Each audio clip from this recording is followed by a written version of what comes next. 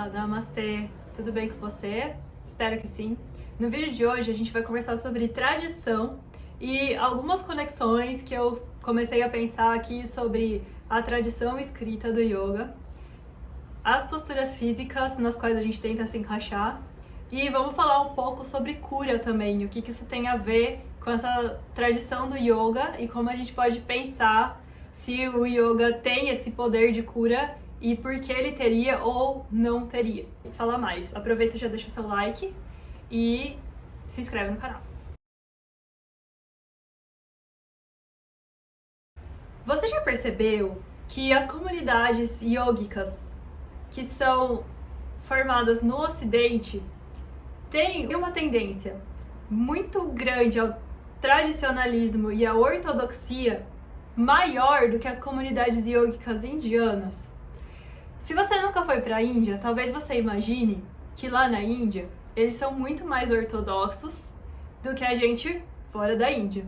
Mas para quem já foi para a Índia, eu já fui, e não quero me gabar por isso, é só para compartilhar aqui uma percepção e às vezes também uma idealização que a gente faz sobre a Índia, a partir do que a gente conhece aqui no Brasil, do que é o yoga, através de talvez algumas pessoas que foram para a Índia e dizem que lá é assim ou assado.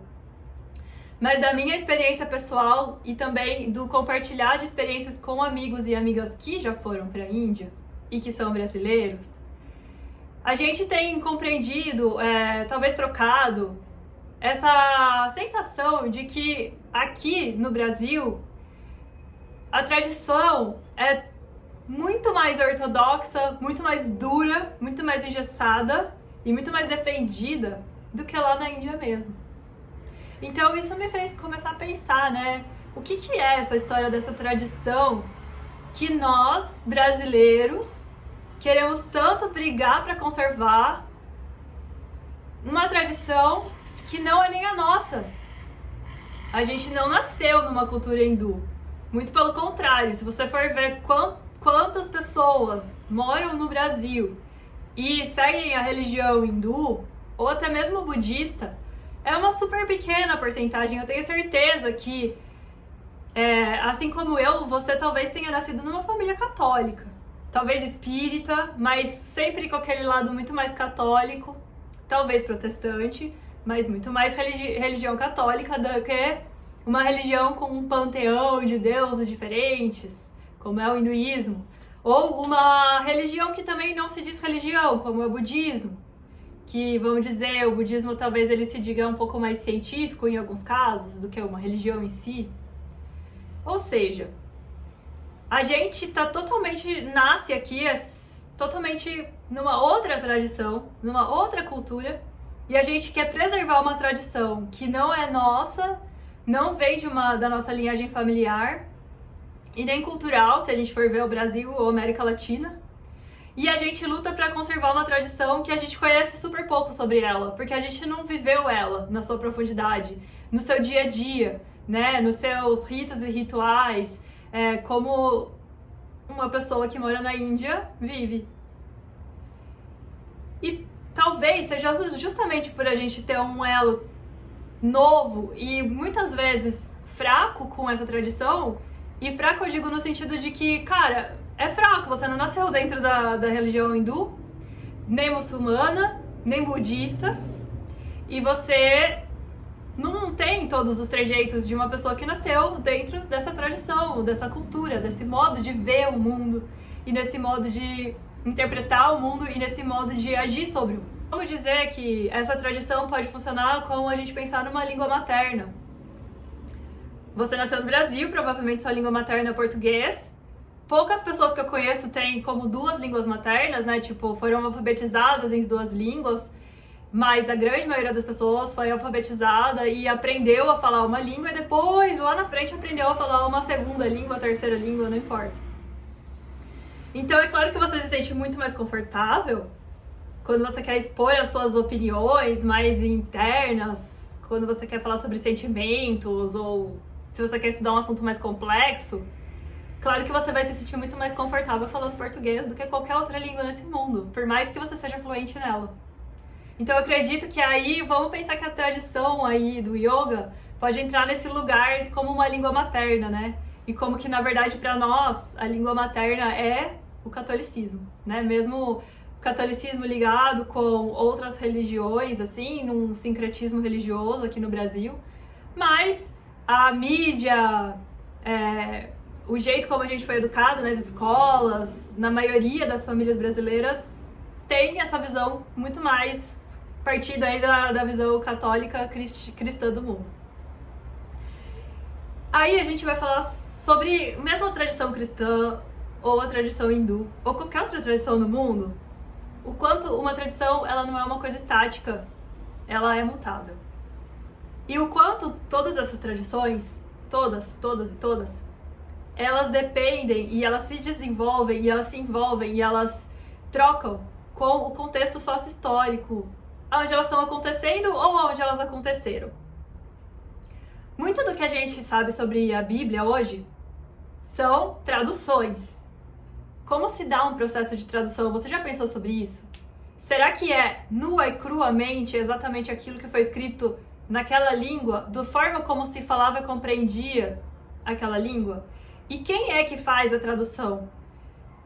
Quem faz as traduções dessas escrituras, principalmente as escrituras sagradas, não é qualquer pessoa. São pessoas que já estão dentro de uma estrutura de poder, normalmente ocupando poder. E você acha que elas vão fazer uma tradução que vai, de alguma forma, questionar esse lugar de poder que elas ocupam? Não, né? Essas leituras e essas traduções feitas a partir de pessoas que ocupam lugares de poder na sociedade, independente de qual seja essa sociedade, elas vão fazer traduções e interpretações e educar o resto das pessoas que não é letrada nesse tipo de escritura a ver da forma como elas querem que a gente veja, ou sinta, ou pratique da forma que vai continuar beneficiando para que essas instituições continuem ocupando esse lugar de poder que elas ocupam. Da Rita Von Hunt, eu vou deixar a referência aqui na descrição do vídeo, para vocês assistirem esse vídeo, em que ela explica com muito mais detalhes sobre esse processo e sobre diversos estudos sobre a Bíblia. E ela questiona ali, basicamente, o discurso anti-homossexualismo, né?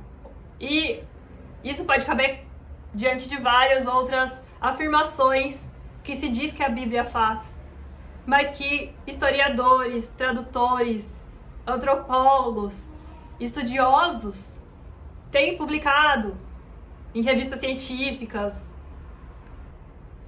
de que existem diversas possibilidades de tradução para esses textos que a gente imagina que tem uma tradução estanque e única, que só pode querer dizer aquilo. Aí, se isso aconteceu com a Bíblia, por que não aconteceu com os outros textos sagrados? A gente não pode achar que o yoga caiu num lugar, de repente, que não faz parte da humanidade, porque os textos yogis, os Vedas, o Yoga Samhita, o Shiva Samhita, os textos tântricos, quando eles são exportados da Índia, o que acontece nesse processo de tradução? O que estava acontecendo naquela época? Quem fez essas traduções? Com qual interesse? Quais foram os indianos que ajudaram nesse processo de tradução? Sendo que grande parte das pessoas que foram querer traduzir do sânscrito não eram letradas em sânscrito totalmente, elas não nasceram numa cultura onde se falava sânscrito. Não é a língua materna delas.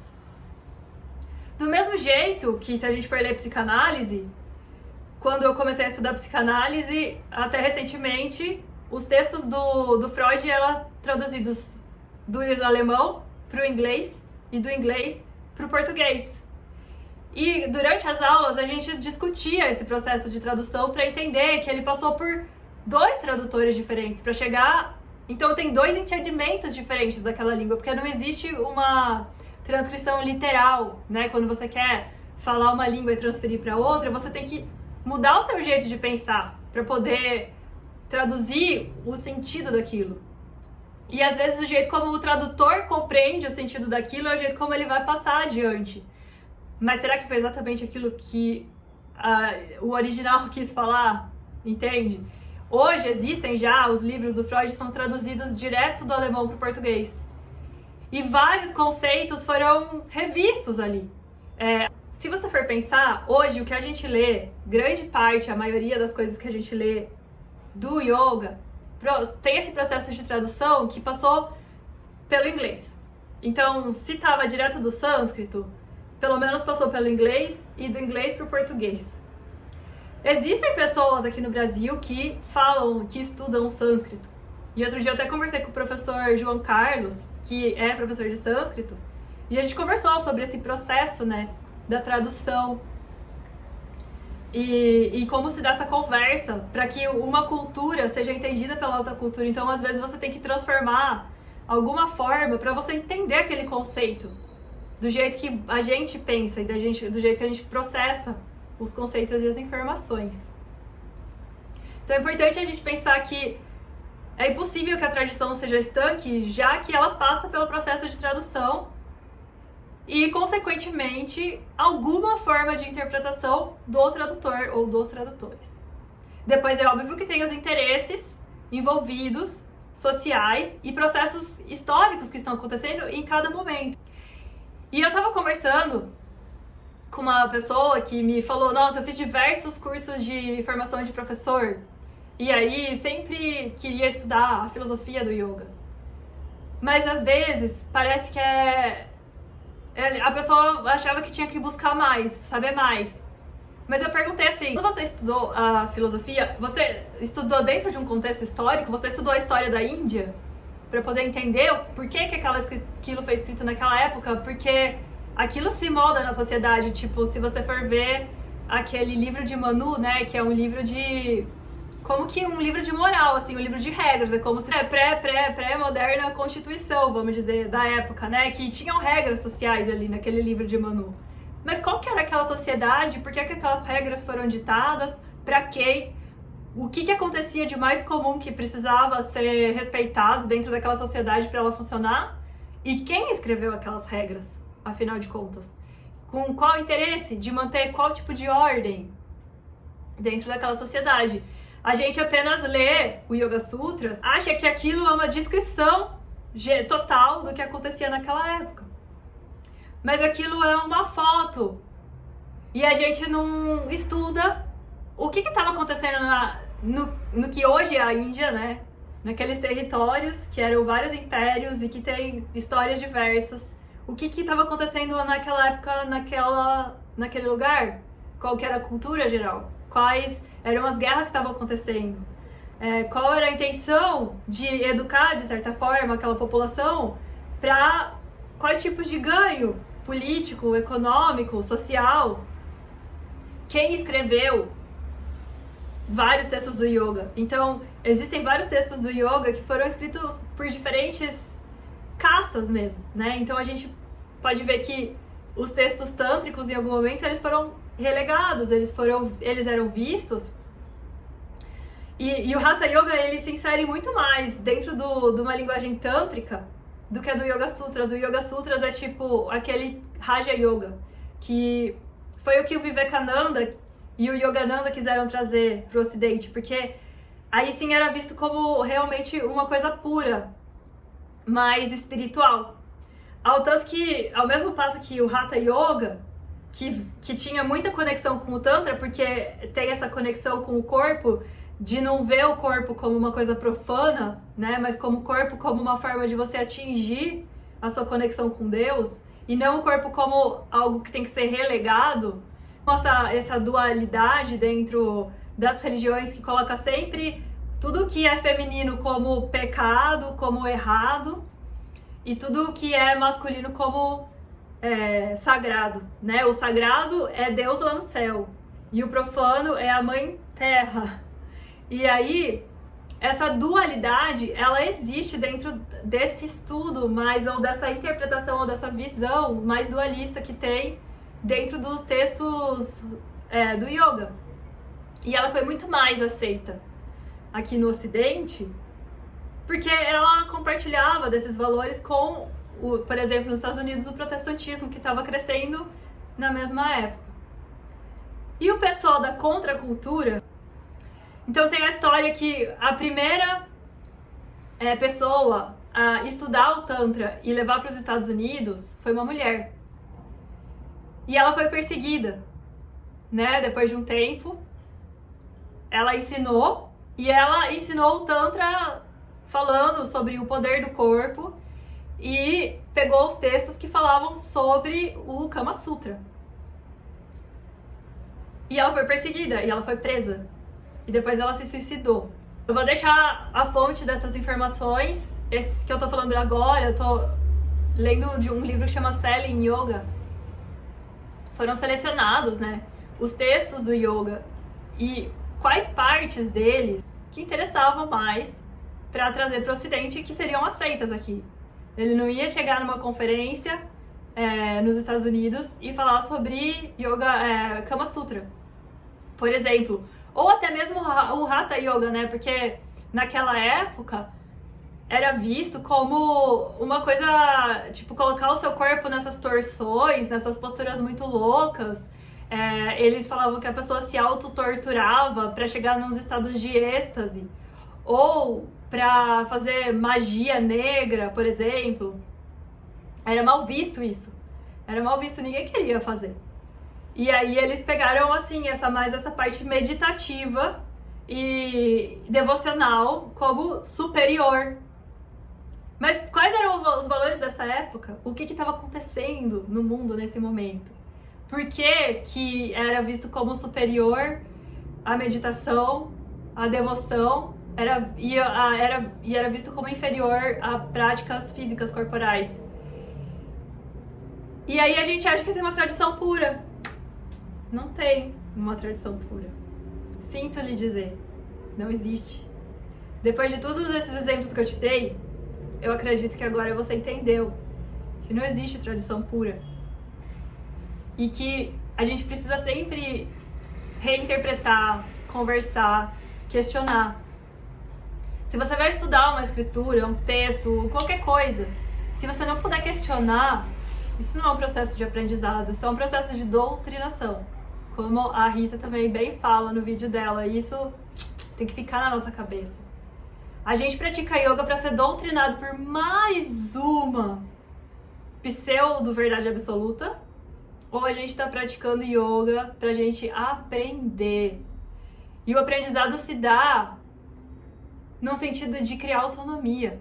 E aqui eu vou finalizar o raciocínio pra gente entender esse processo de autonomia, de independência para a vida, a partir do olhar do psicanalista Winnicott. Ele fala que o processo de análise, que se parece muito com um processo de amadurecimento do ser humano, do indivíduo, ele vai da dependência absoluta em direção à independência.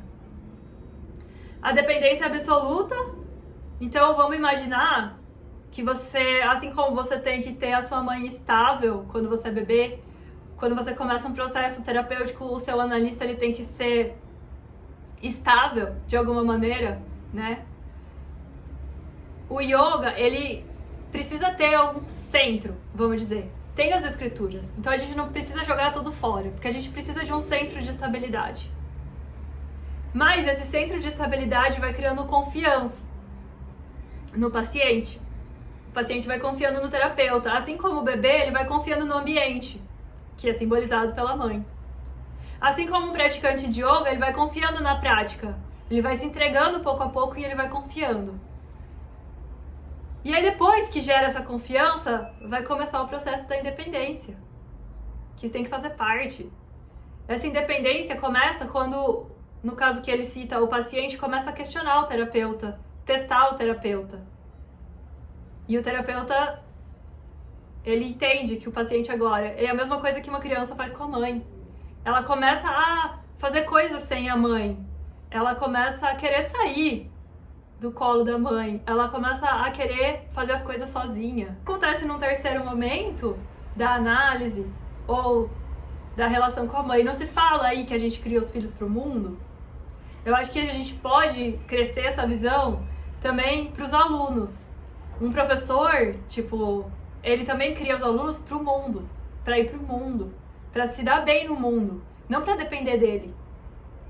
Uma mãe, um pai, ele vai criar o filho para ele ir para o mundo, para ele poder saber se virar nesse mundo. O seu terapeuta ele não quer que você fique dependente, que sua análise não tenha fim, que você fique tendo que ir anos e anos e anos com o mesmo analista. Ele quer que você fique bem, que você fique mais resiliente, que você possa sair para a vida e não precise dele mais. Eu acho que, como professores e como alunos, que a gente tem que ser os dois, se a gente encontra professores que não deixam a gente questionar nesse primeiro momento, então a gente pode até confiar, mas se a gente acaba ficando dependente dessa confiança, a gente vai ficar tipo um bebê de colo.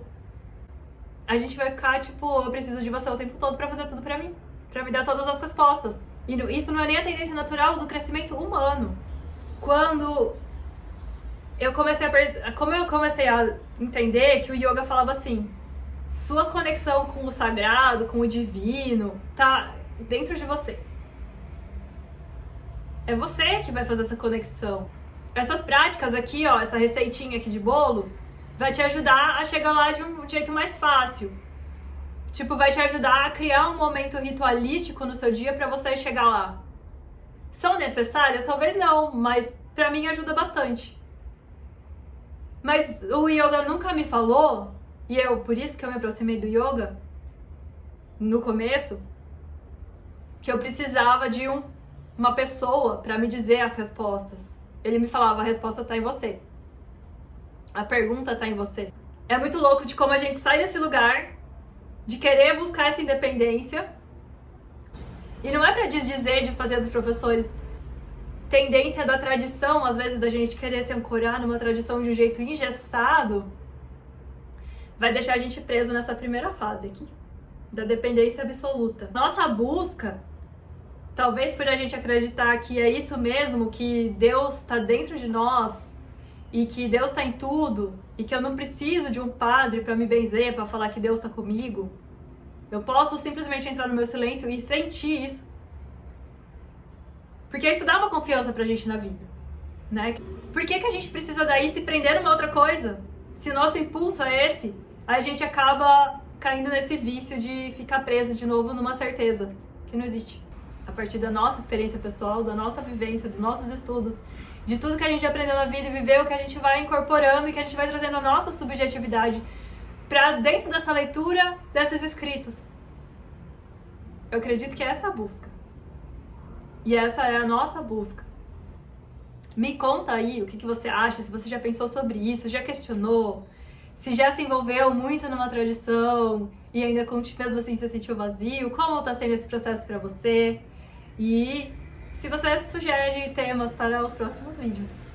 Obrigada por estar comigo até agora e até semana que vem.